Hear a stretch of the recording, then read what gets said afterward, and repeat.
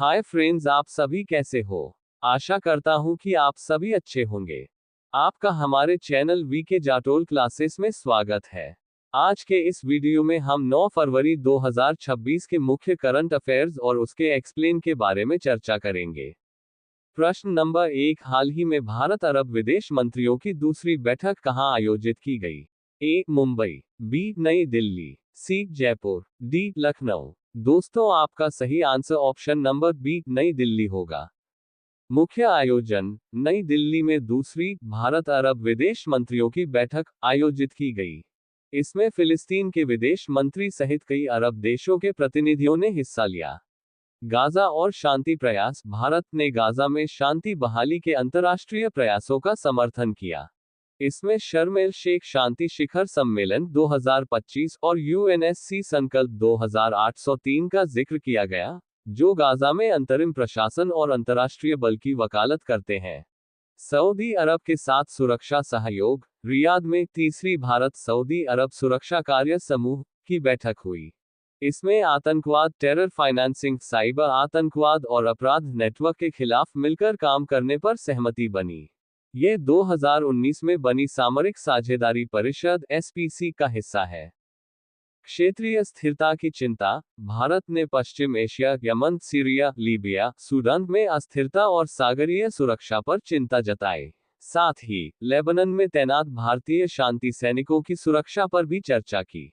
कूटनीतिक संतुलन एक तरफ भारत अरब देशों के साथ संबंध मजबूत कर रहा है, वहीं दूसरी तरफ ओपेनसे ने ईरान का दौरा किया, जो भारत की संतुलित विदेश नीति को दर्शाता है। प्रश्न नंबर 2, हाल ही में चर्चा में रहे ऑपरेशन हेरोफ चरण 2 का संबंध किस देश से है? A. France, B. Israel, C. Japan, D. Pakistan. दोस्तों, आपका सही answer option number D Pakistan होगा। मुख्य घटना पाकिस्तान में बलूच लिबरेशन आर्मी BLA द्वारा चलाए जा रहे ऑपरेशन हेरोफ के दूसरे चरण को कई विद्रोही संगठनों और स्थानीय राजनीतिक हस्तियों ने अपना समर्थन दिया है। वर्तमान स्थिति BLA का दावा है कि उसके लड़ाके बलूचिस्तान के कई जिलों जैसे शाल और नौशकी में 15 घंटे से अधिक समय से अपनी स्थिति मजबूत किए हुए हैं और पाकिस्तानी सुरक्षा बलों के खिलाफ समन्वित हमले कर रहे हैं। मकसद BLA के प्रवक्ता जियांद बलूच के अनुसार इस ऑपरेशन का उद्देश्य पाकिस्तानी सैन्य और प्रशासनिक संरचनाओं पर दबाव बनाना और बलूचिस्तान की स्वतंत्रता की मांग को आगे बढ़ाना है। पृष्ठभूमि बलूचिस्तान के मानवाधिकार संगठनों ने आरोप लगाया है कि पाकिस्तानी सेना वहां नागरिकों पर दमन, अवैध गिरफ्तारियां और जबरन गायब करने जैसी हिंसक कार्रवाई कर रही है, जिसके विरोध में यह सशस्त्र संघर्ष तेज हुआ है। प्रश्न नंबर 3, हाल ही में राज्यसभा सांसद सुनेत्रा पवार किस राज्य की पहली महिला उपमुख्यमंत्री नियुक्त हुई है? A. Gujarat, B. Maharashtra, C. Madhya Pradesh, D. Rajasthan. दोस्तों, आपका सही answer option number B Maharashtra होगा। ऐतिहासिक उपलब्धि सुनेत्रा पवार ने महाराष्ट्र की पहली महिला उपमुख्यमंत्री डेप्यूटी CM बनकर इतिहास रच दिया है। राजनीतिक विरासत वह दिवंगत राष्ट्रवादी कांग्रेस पार्टी NCP नेता अजीत पवार की पत्नी है। अजीत पवार के निधन के बाद पैदा हुए राजनीतिक शून्य को भरने के लिए उन्होंने ये कमान संभाली है। पृष्ठभूमि सुनेत्रा का जन्म 1963 में एक राजनीतिक परिवार में हुआ था। उनके पिता और भाई भी राजनीति में सक्रिय रहे हैं। उन्होंने औरंगाबाद से B.Com की शिक्षा प्राप्त की है। सामाजिक कार्य राजनीति में आने से पहले वे बारामती में समाज सेवा के लिए जानी जाती थी। उन्होंने स्वच्छता अभियान जैसे कटिवाड़ी को ODF बनाना, जल संरक्षण और महिला सशक्तिकरण के क्षेत्र में बड़ा काम किया है। एनवायरमेंटल फोरम ऑफ इंडिया की संस्थापक के रूप में उन्हें ग्रीन वॉरियर भी कहा जाता है। राजनीतिक सफर उनकी सक्रिय राजनीति की शुरुआत 2024 के लोकसभा चुनाव से हुई, जहां उन्होंने बारामती सीट से चुनाव लड़ा। हालांकि वे चुनाव हार गईं, लेकिन बाद में उन्हें राज्यसभा सांसद चुना गया। महत्व अब उपमुख्यमंत्री के रूप में वह महाराष्ट्र की सत्ता के केंद्र में हैं, जो उनके सामाजिक कार्यों से सत्ता की राजनीति तक के एक बड़े बदलाव को दर्शाता है।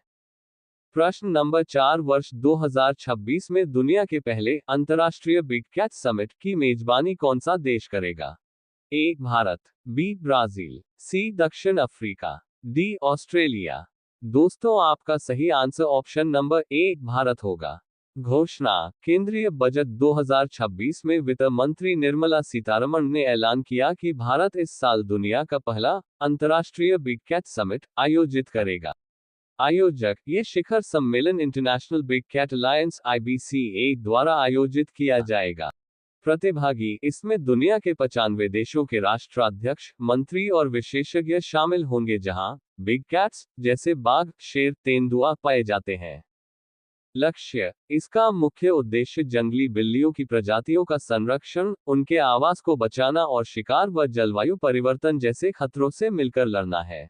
IBCA के बारे में प्रधानमंत्री नरेंद्र मोदी ने 2023 में इसकी घोषणा की थी, जो जनवरी 2025 से पूरी तरह प्रभावी हुआ है। इसका मुख्यालय भारत में ही है। बिग कैट्स क्या है? इसमें मुख्य रूप से 7 प्रजातियां शामिल हैं: बाघ, शेर, तेंदुआ, हिम तेंदुआ, स्नो लेपर्ड, चीता, जगुआर और प्यूमा। प्रश्न नंबर 5। लॉस एंजल्स में आयोजित 68वें ग्रैमी अवार्ड्स में 90 वर्ष की आयु में अपना पहला ग्रैमी जीतने वाले तिब्बती आध्यात्मिक नेता कौन है? ए Thich Nhat Hanh, B Dalai Lama, C Namkhai Norbu, D Pema Chodron. दोस्तों आपका सही answer option number B Dalai Lama होगा। प्रश्न नंबर 6। हाल ही में पुराने हस्तलिखित जन्म और मृत्यु प्रमाण पत्रों के डिजिटलीकरण का शुभारंभ किस राज्य में किया गया है? ए नागालैंड, बी राजस्थान, सी गुजरात, डी मिजोरम। दोस्तों आपका सही answer option number A Nagaland होगा। बड़ी शुरुआत। नागालैंड के मुख्यमंत्री नेफ्यू रियो ने राज्य में शासन को और अधिक पारदर्शी बनाने के लिए पुराने जन्म और मृत्यु प्रमाण पत्रों के डिजिटलीकरण डिजिटाइजेशन प्रोजेक्ट का शुभारंभ किया है।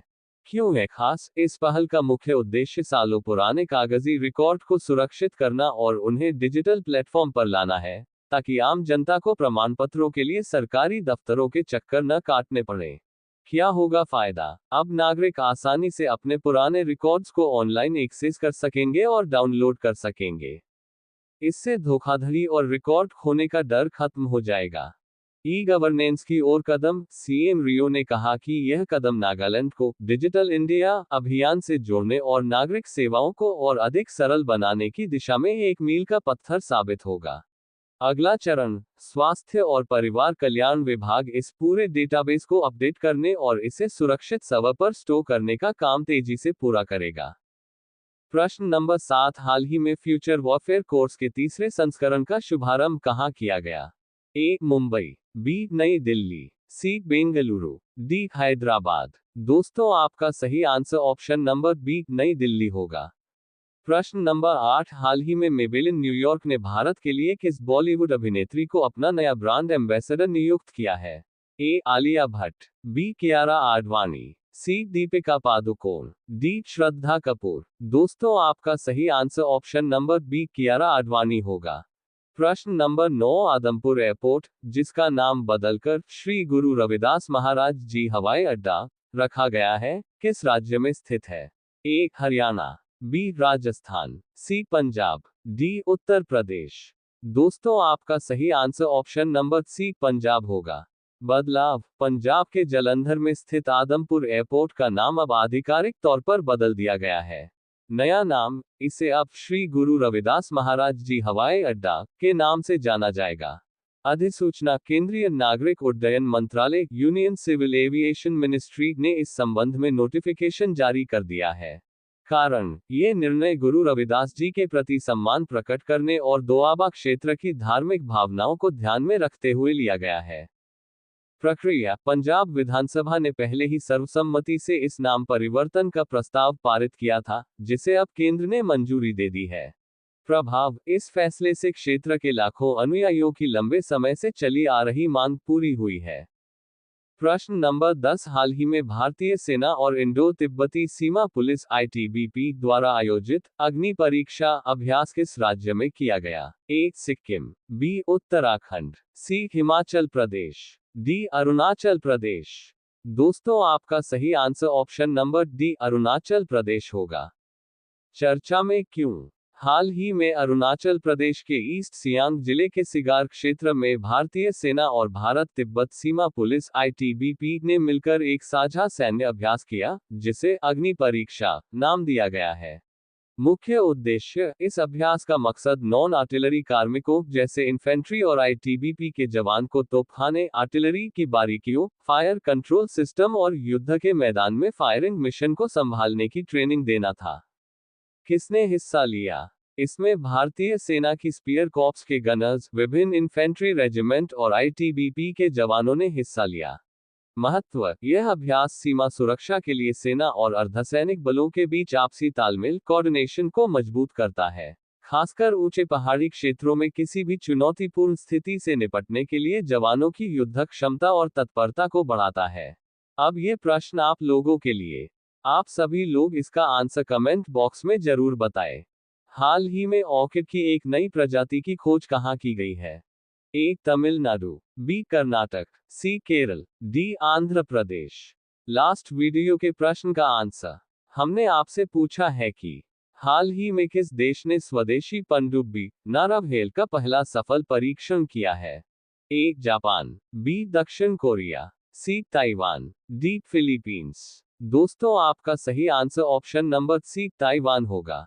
यदि दोस्तों आपको हमारा यह वीडियो अच्छा लगा हो तो वीडियो को लाइक शेयर जरूर करें, साथ ही हमारे चैनल वीके जाटोल क्लासेस को सब्सक्राइब जरूर करें ताकि हमारे चैनल पर अपलोड होने वाली प्रत्येक वीडियो का नोटिफिकेशन आप तक तुरंत पहुंच सके।